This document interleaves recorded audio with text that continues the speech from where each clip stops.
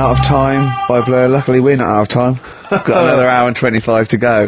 So it's not over yet on XFM 104.9. I'm Ricky Gervais, with me Steve Merchant and Carl Pilkington. We've had quite a lot of emails, as ever, Rick. I should just say, because, you know, we're very lazy. It's a much listened to show. We're very lazy people, and we rarely reply or read out the emails, but I never read the emails. Absolutely so I rely, if I haven't replied to them, or my mail, Steve opens my mail and reads my emails. So if I haven't replied, it's just because he hasn't passed it on to me. Yeah. Okay. But I haven't passed it on to you because I know you'll never reply. Sure. You know, I'm just cutting out that. But just want to say thanks for the emails. We do read some of them, and we do appreciate the fact people send in jokes. Oh, I appreciate it. I love it.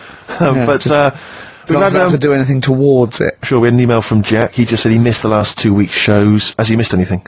Not really. No, it's the same stuff. Same I think last week Carl was having a go at Chinese people not aging well. He had a go at the gays, and he came up with a ludicrous story about a monkey that was impossible. Yeah, so I don't think Jack's missed much. Go on. No. We've just had an email from the Pringles people. Oh, right, good, because it's finally started to happen. I hear these stories about people getting given cars and Armani suits and trips abroad, and we haven't had enough, but finally, people are starting to, you know, realise what we're doing, our impact on society, and we've got a whole box of Pringles sent to us. Not all those little tubes, the proper tubes, the foot-long tubes. Yeah. So... you know, and well, what have they said? Well, the Pringles guys want them said, back. No, they've said they like the show, and if you want more Pringles, give them a call and they'll send you more Pringles. Yeah. I bloody love Pringles. Yeah. Pringles are... The thing about Pringles is, they're Moorish, right? Yeah. But, how would I put it? You know the sort of thing, when I open them, yeah. And by that, when I pop... right. Yeah. I have to eat okay, how can I put this? When I pop, I can't stop. What do you mean? I don't... Well, when I pop them open, I can't stop eating them open. Right, when you pop, you can't stop. Yeah. Yeah. I think that's because of the chemicals. I think that might be the reason. But they're good chemicals. They're good chemicals. They're the best chemicals. Pringle chemicals. They're not bad chemicals. Lovely. Like using chemical so warfare. yes, I want some more Pringles. Yes, what else do they do? More Pringles. It's interesting, actually, you were saying that, like, other people, you know, like Kylie, I imagine, would get given sort of maybe sexy underwear. You got Robbie Williams where he gets the Armani suits. You get sent the crisps. Yeah, which seems appropriate. Yeah. Oh, it's nice to be sent. Go on. Talking of Pringles, on the Finchley Road tube station, on my way in. There's a lot of Pringles there, isn't there? Well, I'll tell you a job I don't like. What? I wouldn't want to be doing. The woman, there's a little woman who sits in the little snack stall on Finchley Road station. Yeah. And I don't know how to describe it, really. She is surrounded by snacks. She can't move for snacks. It's a little like American Beauty, but with different... Not dissimilar to that. Yeah. It's a little hut on the station, and it's like, if you go to the seaside, you can put your head through one of those cardboard cutouts, and it looks like you're a big fat person or whatever, and you can have your photo taken. It's like an equivalent of that, but it's just snacks everywhere. She's got bananas up to her chin. She's got chocolate coming down to her eyes, crisps either side of her. She can't move. She can't do 360 degrees. She's like packed in there. I don't know how she gets in there. I think they put her in there first, and pour in the bananas. Yeah. And then they go pour in the nuts. She has 2 hours of makeup before they exactly. Yeah. Dressing her in there. Because I'll ask for something from the fridge, and she cannot turn her head to see.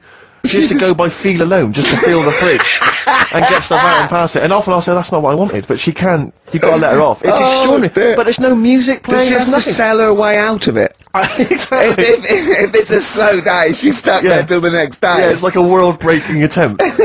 Yeah.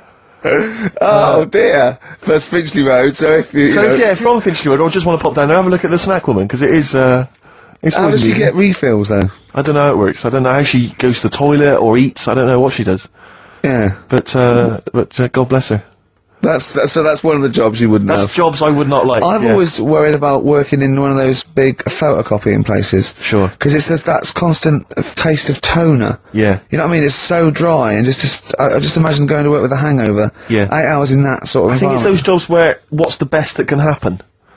That day, do you know what I mean? The photocopying shop, what's the best? Well, they probably have interesting things, like people going in and photocopying... Porno mags. Can I have 30 copies of my art? Right, yeah, exactly. Yeah, I couldn't make it to the staff party. Yeah. But I wonder if I could do that in here. Yeah. Carl, what job wouldn't you want to do? Well, any job, you're a lazy... You're joking, aren't you? I've done loads of stuff. I'm quite happy now doing what I'm doing. Yeah? You look happy. Trying to think. You sound happy. Yeah, I mean, calm down. You on drugs? I'm alright. Are you on E? Before England have won and that. I'm happy for them. Yeah, go on, happy for them. I'm happy in that. Yeah, what do you mean happy for them? We are England.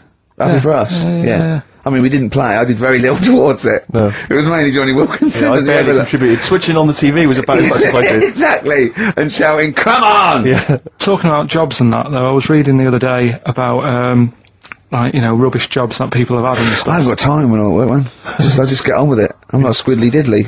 Fingers in pies, different jobs. Go on. Do you know Ivor the Terrible? Ivan.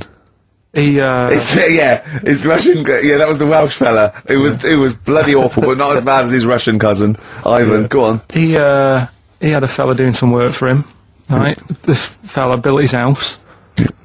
After it was done, right, the terrible fella was like, Fella Ivan. he was going, "Oh, it's brilliant, you've done a good job there. Yeah. I don't want you to build another one like that." Took his eyes out. Just stopped him making an house like that again. Blimey. That's bad, isn't it? Why didn't he take away his trowel? Then he could have seen, but he couldn't have built a house without a trowel. You can't build a house without a trowel. Yeah. I suppose he probably later thought that once he'd been nicknamed Ivan the Terrible. Yeah. He Good, thought, why? Because you Like- gouge people's eyes out. Yeah, but I didn't want to build another house. I know, but Take his trowel away. What would I have been then? Ivan the crafty at most. exactly, yeah. Ivan the jealous, you know, Ivan the spoilt brat. But Yeah.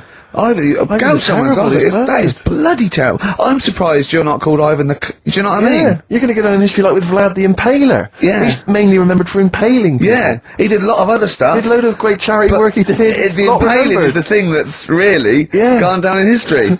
When were you reading about Ivan the Terrible? No, it's just or little Ivor stories. the Terrible is the thing you remembered from this informative article. No, it was just little bits like that. Talking about him, there was a thing about someone who worked for that fella who painted the ceiling.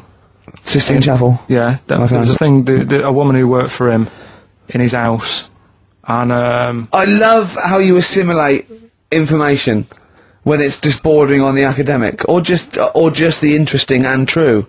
It's wonderful. Ivor the Terrible gouged someone's eyes out, spilt him an house.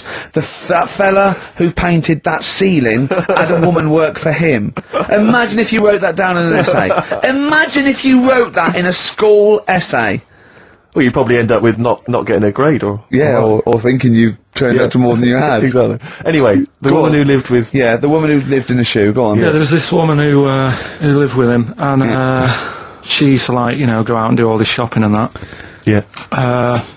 But because she couldn't read or write, he used to have to draw everything that he wanted. Why couldn't you just tell her? I don't know. No, but no, wait. That's an excellent point. Could she talk? Yeah, but if it's a big list and that, loads of different coloured paints. But why and couldn't stuff. she draw on a piece of paper? Why did he have to do it? Because he's a better drawer, isn't he? That's the point. That's it. That is. We were just looking for the logic of the story. You found You've it. done it. Play a record.